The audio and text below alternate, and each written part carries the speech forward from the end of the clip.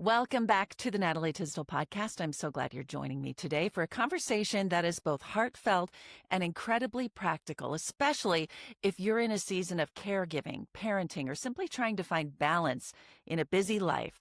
My guest is Holly Swenson, a registered nurse, mom of 4 boys, and the author of the book Stop, Drop, Grow, and Glow. Holly brings a grounded, grace-filled perspective to the challenges of modern parenting. She understands the overwhelm, the pressure, and the guilt that so many of us feel, and she offers a new way forward. In this episode, Holly shares her 4-step framework for intentional living and parenting, along with simple, sustainable practices you can start using today. Together, we're going to talk about self-awareness, burnout, the myth of balance, and how to move from simply surviving to actually thriving. If you've ever felt like there's never enough time or that self-care always comes last, Holly's wisdom will help you reframe the way you think about wellness and why your well-being matters for the people you love most. I have a favor to ask of you. If you could go to my website, natalietysdal.com, you'll see where you can sign up for my newsletter and also subscribe to the podcast. Again, I'm glad you're here, and I'm excited to get started today with Holly Swenson. Holly, so nice to meet you, and thank you for joining me today. Hi, Natalie. Thank you so much for having me. Well, your book and what you specialize in, I think, affects every single woman who's listening to this podcast. And that is, how do we take care of ourselves when we're trying to take care of everyone else? Yes, that is the balance. That is the dance of life, right? And I Yeah. think for parents, whether you're a mother or a father, there really is finding that happy sweet spot. And some days it's just not easy. But I'm the mother of 4, and so I've really had to learn to walk this path with more grace. And it took me years to kind of learn some of these tools and tricks that I'm really passionate about sharing with other people.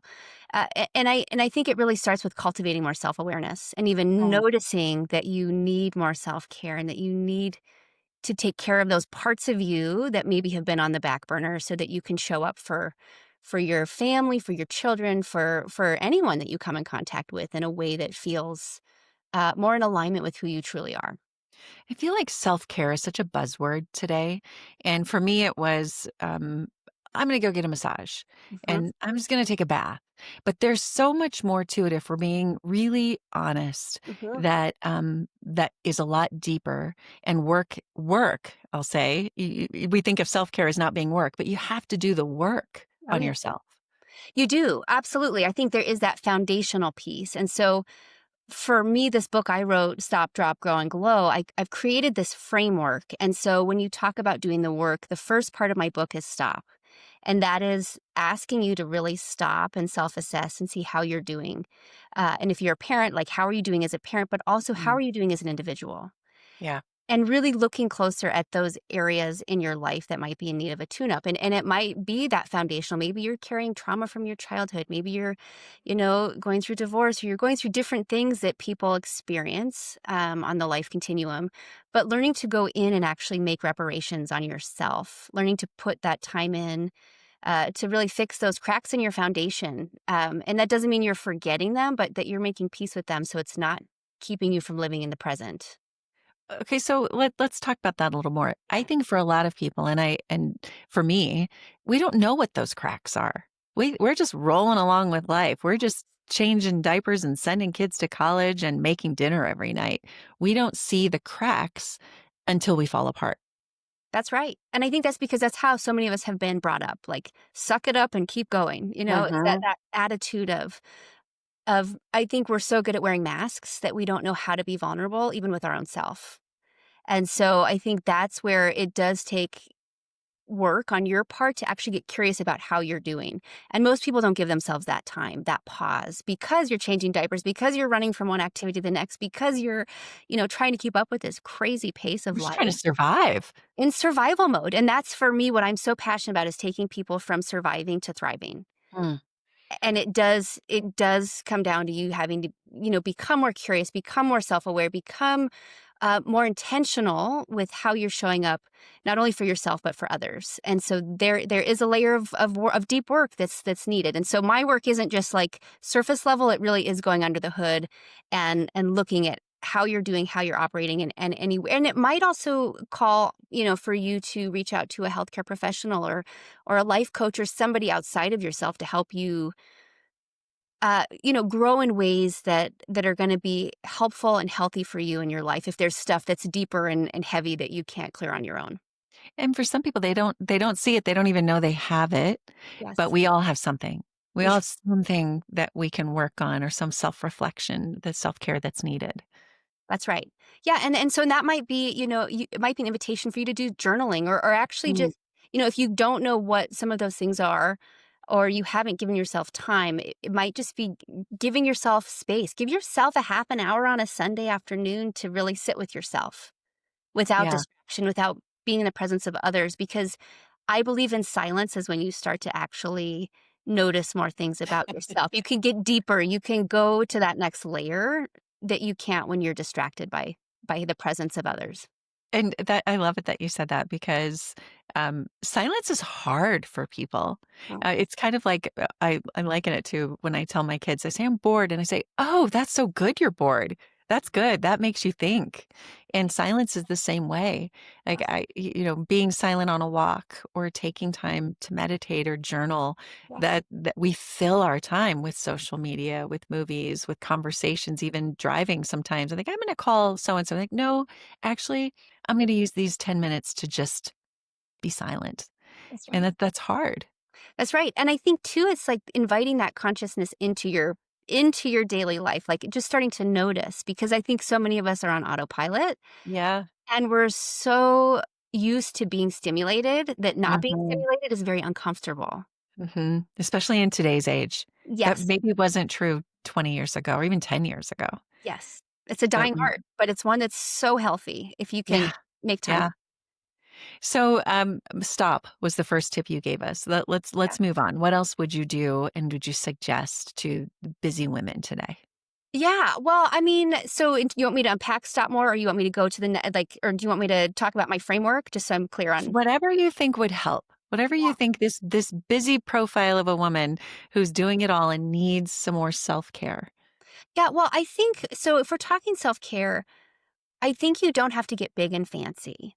To me, self care can be as small as 5 minutes a day. There's literally some parents who feel like I have no time for myself. So start small. I would say literally 5 minutes a day, sit and breathe. Just, get comfortable, uh, finding that stillness. Maybe you put a hand on your heart, a hand on your belly, and just breathe. Just like take a minute to pause.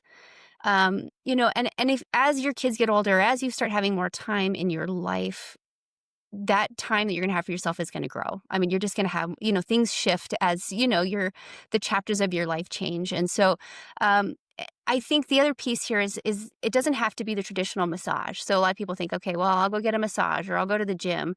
One thing I talk about is really taking care of your mind, your body, your spirit, and your environment. And so taking this holistic approach to your your health, your wellness, your well-being, and so I think it can also be like for me, I'm big on meditation. So I start my mornings, I like to wake up, I make my green tea, I go and sit in silence before my family gets up because that helps me not only practice gratitude, feel more connected in my own body and to my life journey, um, but it gives me an opportunity just to kind of check in and also practice gratitude. And then when I do receive my kids, I'm coming at a different, more well-rounded vantage point to start the day. But it can be aromatherapy. Self-care can be going and getting yourself a beautiful bouquet of flowers or meeting a friend Mm, for lunch. I think we don't think about self-care in a broad enough way, if that makes sense. I think yeah. self-care is anything that brings you joy, and that's gonna be different for everybody. It's learning to take care of yourself and nourish yourself in the way that feels the best to you. And maybe that is going to the gym, but, or I mean, it's just like I said, it's gonna hit everybody a little bit differently, but it's learning to partner with what makes you feel the best in your life and your skin. Yeah. I like what you said, and I don't know if you use this in your framework in your book, is to think about what can I do that's bringing me joy today? And to actually make sure you're doing that. It feels selfish for a lot of people, especially when everyone around us has needs. Yes. Our husband has need, our kids have needs, our parents have needs, our work had needs. And then you think, well, why do I need to take that time out? I don't have time to find joy today. Well, the reality is if you don't make time to connect with your joy, you're gonna burn out. You're gonna Yeah. become depressed, you're gonna become anxious, you're gonna become all the things that so many people are living in this day and age. We are a Yeah. very unhealthy, very unwell group of humans, and, there was a study or not a study, but the former US Surgeon General issued, something last August that said 41% of parents were so stressed most days they can't function. Hmm. And how are we showing up for our families if that's the case? Right. Yeah. And so, you hear statistics like that, and it's like that we have a problem. I mean, we're on fire, and so we have to take care of ourselves, and that does take, it takes effort. It takes penciling yourself in on your calendar, and it's not selfish. It's really an act of self-love that's gonna actually benefit everybody in your life. Yeah. And so I think we really have to reframe it. We really need to reframe, and it needs to be a daily practice, not every now and then. It's daily to optimally thrive in life. Yeah. I didn't ask you, I mentioned it in the intro, but your healthcare background, I want to hear more about that and how that led you to what you're doing now, because it is a form of our overall physical health and taking care of ourselves. Yeah, so for me, my formal training is as an RN, so I used to work neuro, and, and then so I worked in the hospital, and then when we became pregnant with twins, I worked nights, as we were talking about briefly. I worked nights, and so we decided to shift gears, and I really turned inward and focused on raising my family. So I shifted gears out of the hospital, but I have been just like a natural caregiver from a young age, and so I went from being a nurse, taking care of patients, to shifting that focus on my family. And for years and years, I was just that person for my kids. And we joke that like raising four boys, it's like a rodeo, So our twins just turned 15. We got one that's 15, two twins that are 15, 14, and we have one that's 11. So Mm. they're getting a little older now. But for me, I wanted to take what I have learned from being a parent, and I'm continuing to learn every day, but take those tools and tricks and self-discoveries that I've made and help other parents so that they can activate their self-awareness, their intentionality, and their joy much earlier in their journey or even before they have kids. I mean, we're not taught how to become parents. So many of us step Yeah. into parenthood and we have no training. You Yeah. train for any other career you Yeah. gotta go 4 years of school at least, and for parenting, which is the biggest job in the world, we're so ill prepared. We don't know so many of us don't know what we're Yep. doing. We're building the plane as it's in flight. Yes, 100%. And as many books as we read, Yeah, as many pieces of advice as we get from people, until you experience it, that's the training. absolutely. It's hands-on. Yeah. For better or Yeah. for worse, and so that's where, I think, one of the things I talk about too is the power of apology because we are, human, and so, as you make mistakes or as you misstep, as a parent, learning how to apologize for Mm. your, not showing up the way you mean to role model and to practice that power of apology, I think is really important too. Yeah. Yeah. So let's talk about a different stage of life, though. Sure. Um, I think raising toddlers, raising teenagers, oh my goodness, that pressures us in so many different ways and pushes all of the buttons. Yeah. But for many people listening, they're dealing with that and they have aging parents Mm, and they have work that is like on the brink and they want to leave so badly, or they might even want to retire. yeah. Those are all different forms of this pressure where there, it just doesn't seem to be time for self care. Well, I mean, that's the thing. I think we also need to reframe our relationship with time because yes, time is definitely a reality, but I do think that, you know, when there's something that you want to prioritize, you still find a way to fit it in. Does that make sense? So like if you want to go get your coffee in the morning or if you want to go do these certain things that are important to you, somehow you find a way to fit that in. Yeah. And I think unfortunately we don't prioritize ourselves in that picture. So the busier you are, the more you need to take care of yourself. Yeah. So I think you have to reframe what time means to you. And it might be getting up before your family is awake in the morning. And that takes discipline. I think establishing habits, I say like try something for 2 weeks and then it starts to stick more. Like having, giving yourself a rewire. Um, But I think the busier you are, the more stressed you feel, the more you need this work. Yeah. That's the way I view it. I was listening to a podcast recently, and the advice that was given, I've never thought of this framework, was really stop telling yourself you have to do it and just do an experiment for a couple weeks. Like, Mhm. call it an experiment. It's less pressure. Yeah. And for 2 weeks, I'm just going to do an experiment and see what happens if I get up an hour before, even though I'm tired and I want that extra hour of sleep. What's going to happen? How am I going to feel? What's my mindset going to be? And I'm going to do that with a lot of things. I'm just going to try the experiment because there's something about the pressure of I have to do it Yes. that we want to flip into, but I don't really have to. I don't because I have the power to say I'm not going to. Right. I think I like that also, like, the experiment, because it makes it like, it puts an element of fun into it's like a challenge, Mhm. but not another "I have to." Yeah. I Yeah, like just think of yourself as a scientist. "I'm gonna try this out." Right. That was great advice. Let's both try it, and then we'll check back, see how that works. That's right. Absolutely. I love it. What else do you, talk about in the book? Give us more of that framework. Okay, sure. So what as I mentioned, so it starts with stop, and I kind of touched on that, but stop, I'll just kind of revisit it quickly. But stop is about doing some self-assessment. So you're Uh-huh. reflecting on where you are to date, both as a parent and as an individual, and then just doing that internal gazing on what's going well as anything that might not be going well. Because I think we're so busy, we're so bad at giving ourselves that time.